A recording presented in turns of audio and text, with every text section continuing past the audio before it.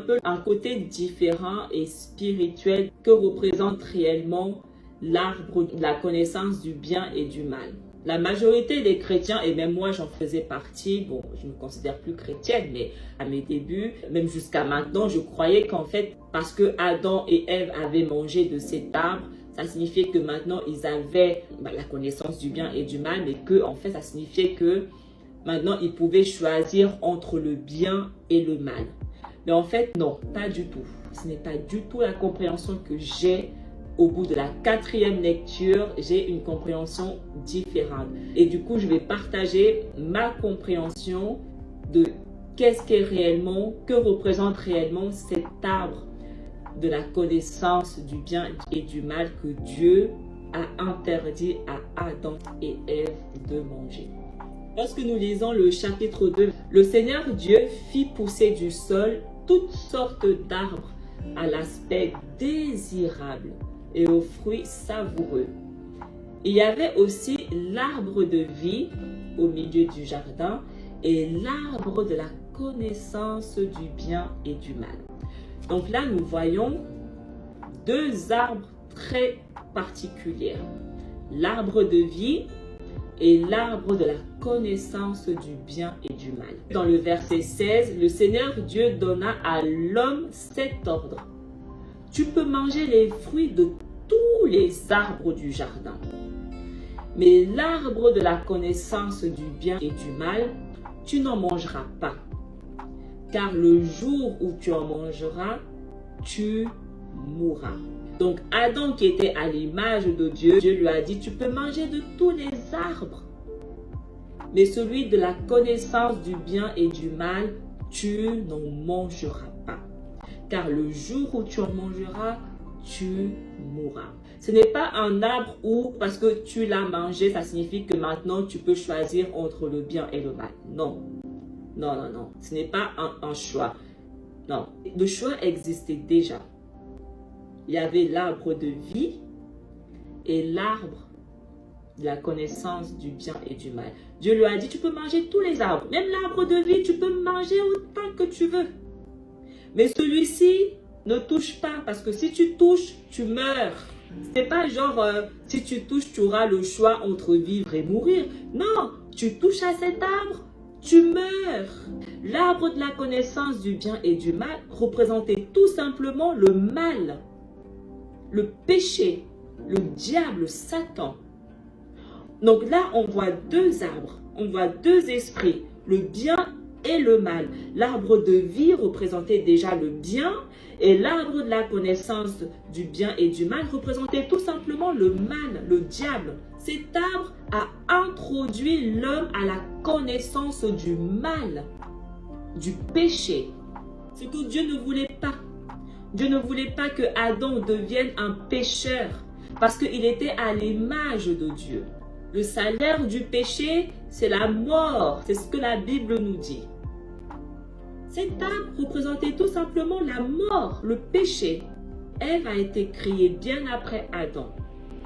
Quand il n'y avait pas Ève, Adam, il était juste devant Dieu. Il ne péchait pas, il ne touchait pas à cet arbre. Dès que la femme est apparue, bim, il a péché. Le serpent était le plus rusé de tous les animaux des champs que le Seigneur Dieu avait fait. Il dit à la femme, « Alors Dieu vous a vraiment dit, vous ne mangerez d'aucun arbre du jardin ?» La femme répondit au serpent, « Nous mangeons les fruits des arbres du jardin.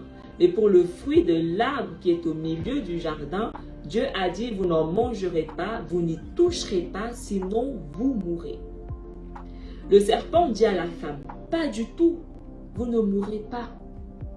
Mais Dieu sait que le jour où vous en mangerez, vos yeux s'ouvriront et vous serez comme des dieux, connaissant le bien et le mal. » Connaissant le bien et le mal.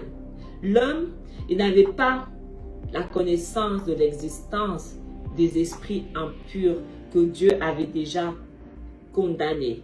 Et Dieu ne voulait pas que l'homme les connaisse.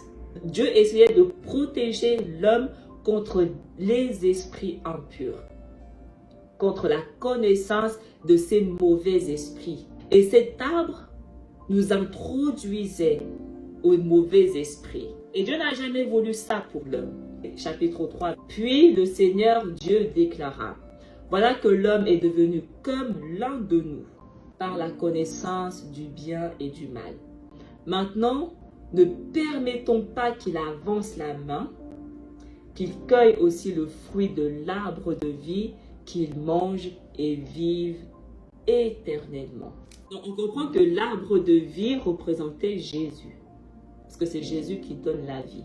C'est pour ça que Jésus, dans Jean 6, verset 44, il dit « Nul ne peut venir à moi si le Père qui m'a envoyé ne l'attire, et je le ressusciterai au dernier jour. » Personne ne peut aller vers Jésus par sa propre volonté, mais uniquement par la volonté de Dieu.